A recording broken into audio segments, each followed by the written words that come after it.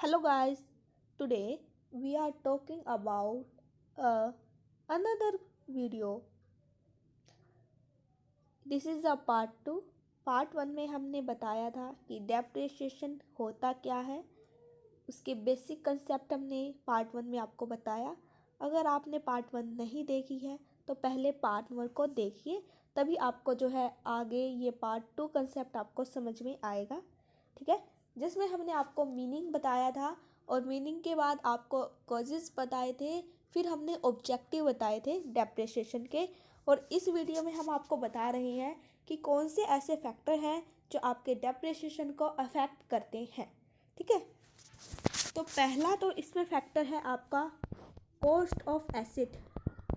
किसी भी एसेट की कॉस्ट आपके डेप्रिसिएशन को प्रभावित करती है। तो आप बोलेंगे मैम कैसे?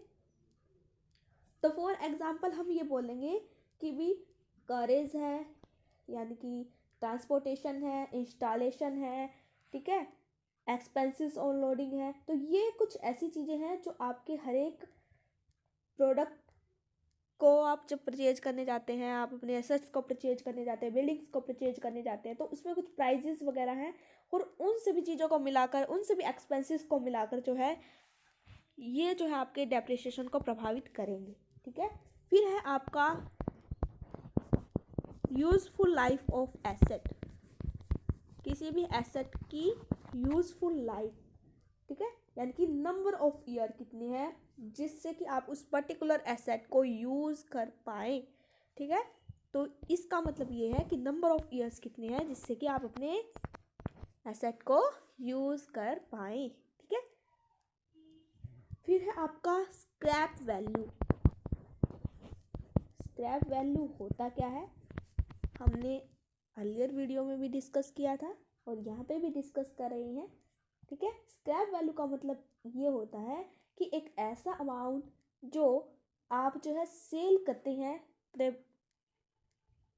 मशीनरी को, प्लांट को, ठीक है, बिल्डिंग को, एसेट को, तो सेल करते हैं तो उसकी जो लाइफ है एंडिंग पर होती है। ठीक है, यानी कि भाई आप मान के चलो कोई भी एसेट है जिसकी अब 10,000, मान के चलो भी 10,000 अमाउंट आपने माना और वो वहाँ पर एंड हो गया। ठीक है, वो स्क्रैप वैल्यू आपकी कहलाएगी। ठीक है, कि भी इसके बाद आप अपने जो एसेट है उसको यूज़ कर ही नहीं पाओगे। ठीक है, वैल्यू ही नहीं रहेगी। फिर है आपका depreciable value of asset. Depreciable value of asset ये क्या होता है मैम? हमें तो समझ में नहीं आया ये क्या है। डेप्रिशिएबल वैल्यू ऑफ एसेट का मतलब ये होता है भाई कि कॉस्ट ऑफ एसेट, कि आपकी एसेट की जो कॉस्ट है उसमें से आप माइनस कर दो भाई स्क्रैप वैल्यू, तो आपकी डेप्रिशिएबल वैल्यू ऑफ एसेट निकल के आ जाएगी। ठीक है, तो आप बोलोगे मैम एग्जाम्पल से समझाओ, तभी हमें समझ में आएगा भाई होता क्या है ये। ठीक है, तो एग्जाम्पल से आपको बताते हैं। तो आपका पहला इंस्ट्रक्शन है यहाँ पर,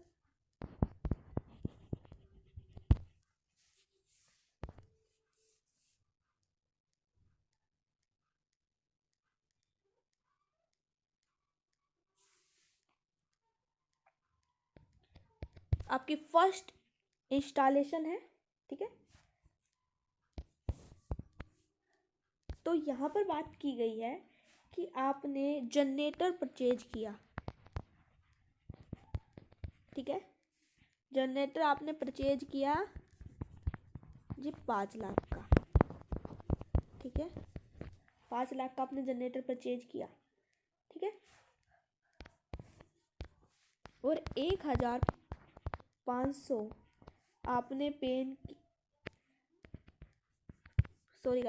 किया। ठीक है, पेड किया, क्रेन मान के चलो, ट्रक मान के चलो, जिसमें भी आपने जो है उस एसेट को, यानी कि जनरेटर को, ठीक है, एसेट नहीं जनरेटर बोलोगे आप यहाँ पर, ठीक है, उसको लोड किया।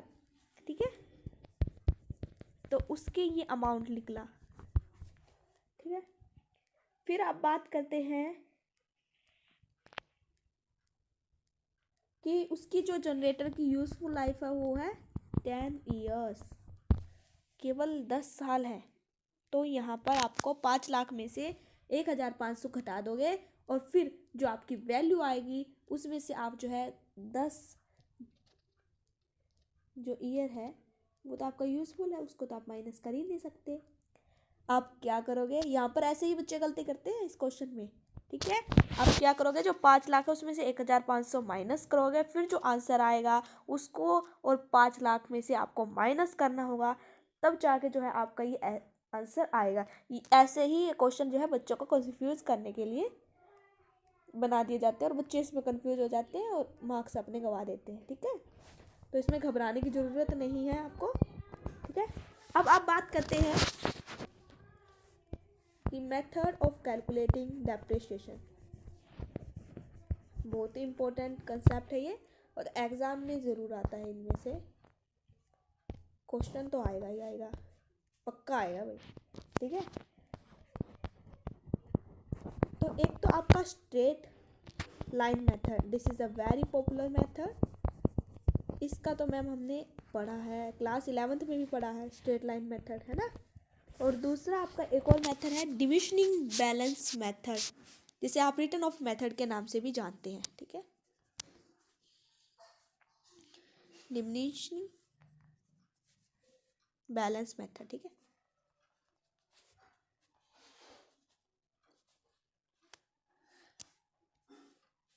और फिर आप जो स्ट्रेट लाइन मेथड है आपका, उसके दो नाम हैं, उसे आप फिक्स्ड इंस्टॉलमेंट, एक तो आपका नाम है फिक्स्ड इंस्टॉलमेंट और दूसरा है ओरिजिनल। देखो ये आपको पता होना बहुत ही ज़रूरी है, क्योंकि एग्ज़ाम में बच्चे कंफ्यूज हो जाते हैं, उन्हें पता नहीं होता कि ये कौन सा मेथड पूछ लिया भाई, कंफ्यूज हो गए बीच में ही। अब क्वेश्चन तो वो बाद में करेंगे जब उनको पता ही नहीं होगा, तो बेसिक आपके क्लियर होने बहुत ही ज़रूरी है यहाँ पर। तो फिक्स्ड इंस्टॉलमेंट के साथ में आपका ओरिजिनल कॉस्ट मेथड, तो ये इसी के नाम है ओरिजिनल कॉस्ट मेथड, ठीक है गाइस। तो यहाँ पर ये आपके दो मेथड है, एक आपका स्ट्रेट लाइन मेथड है, दूसरा है डिमिनिशिंग बैलेंस मेथड। तो आपको हम स्ट्रेट